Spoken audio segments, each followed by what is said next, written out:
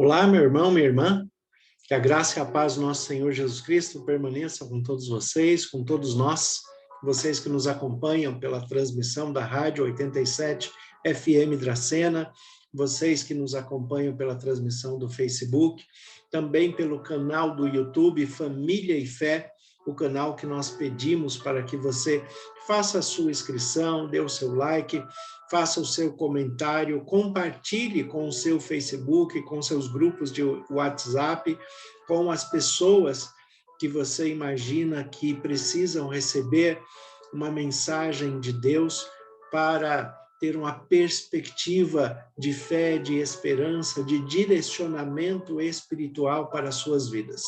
Que a graça e a paz do nosso Senhor Jesus Cristo permaneçam com todos vocês de uma maneira muito especial e que todos sejam agraciados pelo toque das mãos de Deus, que traga alegria, que traga direção espiritual e que a cada momento de suas vidas vocês desfrutem da presença de Deus com sabedoria e discernimento espiritual, tendo a sensibilidade de ouvir a voz do Espírito Santo e com a certeza que Jesus Cristo está ao seu lado, guiando a sua vida, te fortalecendo, dando ordem aos anjos para estarem com você, para te proteger, para livrar de todos os males.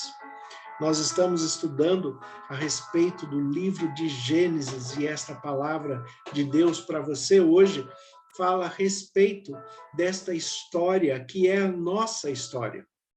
A história da humanidade, como Deus nos criou, qual o propósito de Deus na criação, como ele tem conduzido a história da humanidade ao longo de milhares de anos, na intenção de trazer a reconciliação, o bem-estar, a felicidade, o amor, que a paz reine no coração, na mente, que esteja nos lares, que esteja nas famílias instituídas e que esteja em cada um de maneira pessoal, particular, na sua expressão individual de vida, né? Que esta sua individualidade também reflita o amor, a paz e a presença de Deus, te trazendo alegria, fé e esperança todos os dias.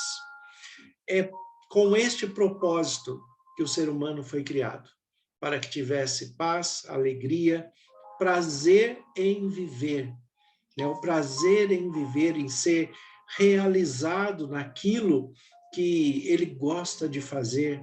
O que você gosta de fazer? O que você planejou para a sua vida é realmente o que você tem alcançado? Aquilo que a vida te proporcionou te traz alegria? A família que você constituiu ou a família que você faz parte tem estado numa harmonia que traz alegria? É um lugar de paz? O seu lar, a sua casa é um lugar de paz? Tudo isto faz parte dos propósitos de Deus na criação para todo ser humano. Quando ele cria o homem, a mulher, institui o casamento, que é uma instituição divina. O casamento não é apenas uma instituição civil, mas foi instituída por Deus para a manutenção da vida, para a alegria, para o prazer, para a felicidade de homens e mulheres que se respeitam com integridade, com verdade e que buscam viver dentro deste amor que o próprio Deus expressa. Apesar de todos esses propósitos serem bons, benéficos, serem o melhor para a vida humana, o ser humano teve as suas dificuldades, teve as suas limitações, e quando nós observamos o Gênesis, o texto de Gênesis capítulo 3, ele começa falando a respeito da queda do ser humano. Como o ser humano caiu? O que significa esse termo queda do ser humano? O ser humano cai no erro, ele cai no pecado. O pecado é fazer diferente do que aquilo que Deus determinou, é errar o alvo. A palavra pecado em grego tem exatamente essa expressão, errar o alvo, errar aquilo que estava correto, fazer errado aquilo que tinha tudo para dar certo. É interessante quando nós observamos que os erros, né, também podem acontecer em meio às perfeições. No céu, no lar celestial, no universo celestial, onde Deus habita, onde Jesus está, onde o Espírito Santo tem acesso direto, o Espírito Santo que habita em nós tem acesso a esse lar celestial, a esse ambiente celestial, essa triunidade ou trindade divina, Pai, Filho e Espírito Santo, que já habitava e criou todas as coisas no universo e criou todas as coisas de maneira perfeita, todos os seres celestiais, e entre este ambiente perfeito, entre esta perfeição da criação, entre estes seres celestiais perfeitos, um ser resolveu se rebelar contra Deus, se colocar como adversário de Deus. Ele não aceitou a criação humana, uma criação que seria feita à imagem e semelhança do próprio Deus, que não seria apenas mais uma criatura, como uma árvore, ou como um animal, ou como um outro ser celestial, mas seria alguém à imagem e semelhança do próprio Deus. Como ele não aceita isto, ele se coloca em contraposição a Deus, ele não aceita as determinações de Deus, e desta maneira ele se torna um adversário de Deus. E essa expressão adversário em hebraico é Satã, Satanás. A expressão Satanás quer dizer adversário. Satanás era, na sua criação, um querubim ungido da guarda, um ser celestial da alta hierarquia que estava ao lado de Deus. Num ambiente perfeito, um ser criado perfeito, e mesmo na perfeição ocorreu um erro, porque Deus deu livre-arbítrio, e quando a pessoa usa mal o livre-arbítrio dado a ele, ele vai trazer males, tanto para ele quanto para o ambiente em que ele está. E foi isso que aconteceu no céu. Satanás, agora como adversário, como opositor a Deus, a expressão correlata no grego é o diabo, né? Diabo em grego é aquele que divide, né? Então Satanás, ele é o adversário, né, que divide, diabo. Então Satanás e diabo são as mesmas pessoas que promovem essas ações negativas, essas ações contrárias ao propósito de Deus. Ele é um adversário que causa divisão. Então, muito cuidado. Quando você se coloca como adversário de alguém, né, você tem que tomar o cuidado de não ser um adversário para o mal, né, que aí seria um Satanás. Ou causar divisão no lar, causar divisão no ambiente social que você frequenta, trazer divisão familiar, divisão entre amigos. Esta pessoa que causa divisão está fazendo o papel do diabo, aquele que divide. Desta maneira é que o adversário de Deus agiu no Éden, quando Deus criou homem e mulher, e Deus colocou ali todas as árvores frutíferas, todo o alimento, né, foi colocado ali no Éden para que o homem e mulher pudessem fazer a manutenção da sua vida ali no Éden. Deus estava suprindo o homem e a mulher, eles tinham liberdade para comer de tudo, menos de um fruto específico, de uma árvore específica, que Deus falou, não coma deste fruto, porque no dia em que comer dele, certamente você entrará num processo de morte. Na tradução bíblica, na língua portuguesa, a expressão diz, certamente morrereis. mas a expressão hebraica, que é mais completa, ela fala: você certamente entrará num processo de morte. A morte é um processo para que nós tenhamos a oportunidade de arrependimento, de reconciliação, de conversão, de nos voltarmos para Deus com a certeza que Ele vai perdoar os nossos pecados, perdoar as vezes que nós nos colocamos como adversários dele, as vezes que nós, né, dividimos os sentimentos, os pensamentos, as ideias e os ideais. É assim que o adversário de Deus, Satanás, conseguiu promover divisão entre o ser humano e Deus. Ele disse uma palavra contrária àquilo que Deus estabeleceu. Ele falou para o homem e para a mulher, Adão e Eva, ali criados, colocados no Éden. Veio o adversário de Deus e falou: pode comer desse fruto, porque não vai acontecer nada com vocês, esse processo de morte não vai acontecer. Certamente não morrerás. E o ser humano foi lá, na dúvida, porque dividiu os sentimentos, dividiu as emoções, duvidaram da palavra de Deus, e duvidando da palavra de Deus, eles foram tirar a prova. A mulher comeu do fruto e deu para o homem, e ambos pecaram. E este foi o momento da queda, o momento que eles são expulsos do Éden, né? Não só pela dúvida, pela desobediência, mas principalmente pela falta do arrependimento. Eles não confessaram seus pecados, ficaram tentando justificar um no outro o pecado.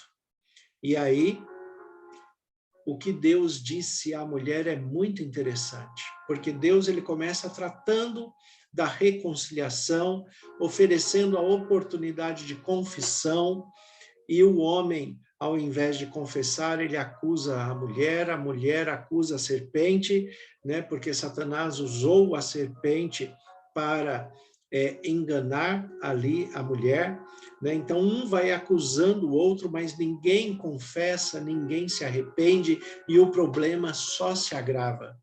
E Deus, né, vendo isto, ele começa a tratar da situação. E ele começa a tratar da situação em Gênesis 3,15, que é um texto conhecido como proto-evangelho, o primeiro evangelho declarado na Bíblia de que nós teríamos um Redentor. O texto de Gênesis 3,15 diz assim: porém, inimizade entre você e a mulher, entre a sua descendência e o descendente dela, este lhe ferirá a cabeça e você lhe ferirá o calcanhar. Esse texto aqui está falando que viria um descendente que iria ferir a cabeça da serpente. Ferir a cabeça é ferir de morte, ferir a cabeça da serpente, mas também seria ferido no calcanhar, no ponto fraco, né? Seria ferido no ponto fraco.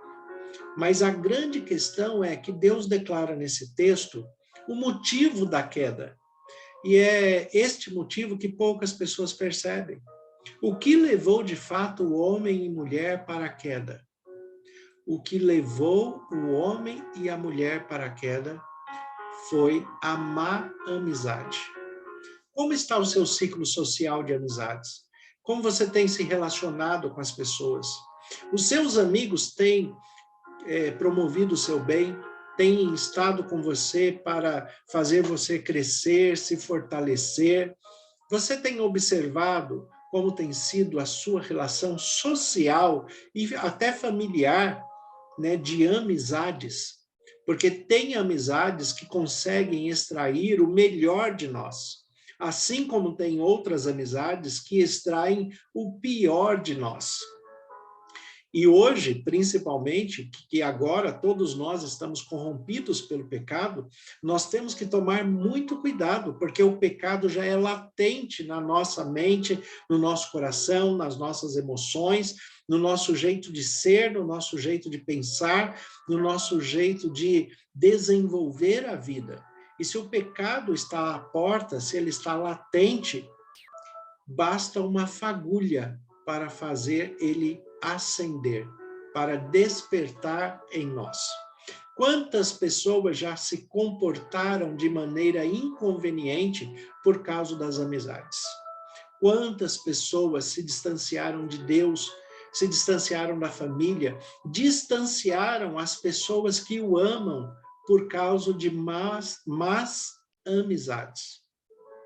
Aqui o texto, Deus começa tratando dessa situação, falando que Eva, ali, que teve o contato mais direto com a serpente, falando que ela não escolheu a amizade. A amizade dela seria com o marido. A amizade seria na instituição familiar. A amizade maior, a amizade de amor, a amizade que promoveria o bem-estar de ambos, estava no amor conjugal, no amor matrimonial, na família constituída e instituída por Deus. É ali que estava a essência do amor para o bem-estar e para a felicidade dos dois. Agora, Eva se tornou amiga da serpente, e o problema é que a serpente era o adversário de Deus. Você já percebeu que muitas pessoas se tornam amigas de pessoas que são adversárias de Deus? E essas pessoas fazem despertar o pior dessas amizades e conseguem distanciar essas pessoas, essas amigas de Deus também, esses amigos de Deus também. É isto que aconteceu. Deus, ele declara em Gênesis 3,15, ele começa declarando: porém, inimizade entre você, que é a serpente, e a mulher, entre a sua descendência e o descendente dela. Aquele que é amigo de Deus não pode ser amigo do adversário de Deus. E se for amigo do adversário de Deus, vai cair como Eva caiu e levou a queda de Adão também. Ambos caíram por dar mais ouvidos, fazer mais amizades, criar mais vínculos com a serpente do que com Deus. Criou mais vínculo com o adversário que promoveu a queda do que com aquele que poderia promover a vida, que já estava promovendo a vida e vida eterna. Porém, inimizade. Eu costumo dizer que na vida nós temos que aprender a fazer boas inimizades. Fazer boas inimizades é você conhecer a si mesmo e não deixar que as suas amizades despertem o pior em você. Você tem que se conhecer para poder selecionar os amigos que te fazem bem e os amigos que te fazem mal. E os amigos que te fazem mal, aquelas pessoas que despertam o pior em você, você não pode conviver com elas, você não pode participar a sua vida com elas. O máximo que você pode fazer é ter respeito por elas, orar por elas, cumprimente, trate bem, mas não tenha intimidade com essas pessoas. Não crie vínculo de amizade com essas pessoas, porque elas vão despertar o pior de você e vão te afastar de Deus. Pessoas que levam outras pessoas para vícios, para as drogas, para a bebida, para o cigarro, para um comportamento inadequado, para ideias que distanciam da verdade da palavra de Deus. Tenham muito cuidado com as amizades que você tem promovido na sua vida. As suas escolhas determinam muito daquilo que você será no futuro. Então, observe muito o seu presente para poder ter um futuro melhor.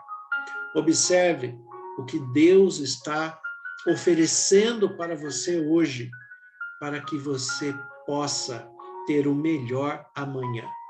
Hoje você está semeando, você está plantando, amanhã você irá colher. Cuidado com as amizades. Olha o que Deus fala em Gênesis 3,15.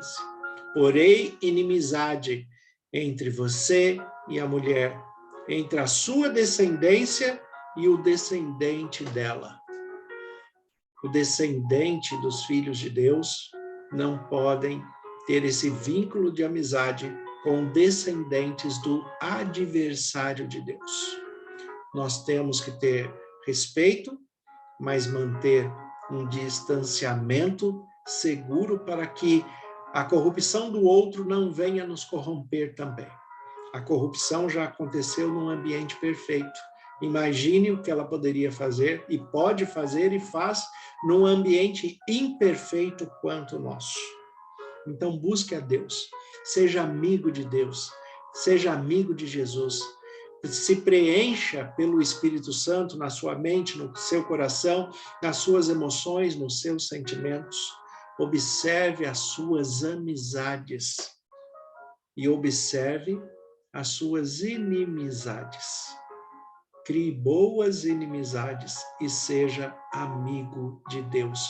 E tudo vai ser melhor para a sua vida, para a sua família, para o seu lar, para os seus sonhos, projetos, para as suas intenções.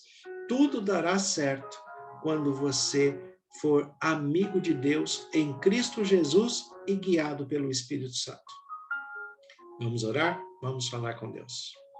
Senhor, nosso Deus e Pai, nós te agradecemos pela tua palavra que é viva e eficaz. Em nome de Jesus, como ministro do Evangelho, eu peço as tuas bênçãos sobre cada irmão, sobre cada irmã que está ouvindo esta palavra neste momento. E que eles despertem o desejo de serem seus amigos, que criem esse vínculo de afetividade, de amizade com o Senhor, com Jesus Cristo, com o Espírito Santo que habita na mente e no coração deles, assim como habita em todos nós. Que o Senhor conceda da tua paz, que todos estejam sensíveis à tua voz e que nós sejamos seus amigos para todo sempre, em nome de Jesus. Amém. Que Deus abençoe vocês. Tenham uma excelente semana, em nome de Jesus.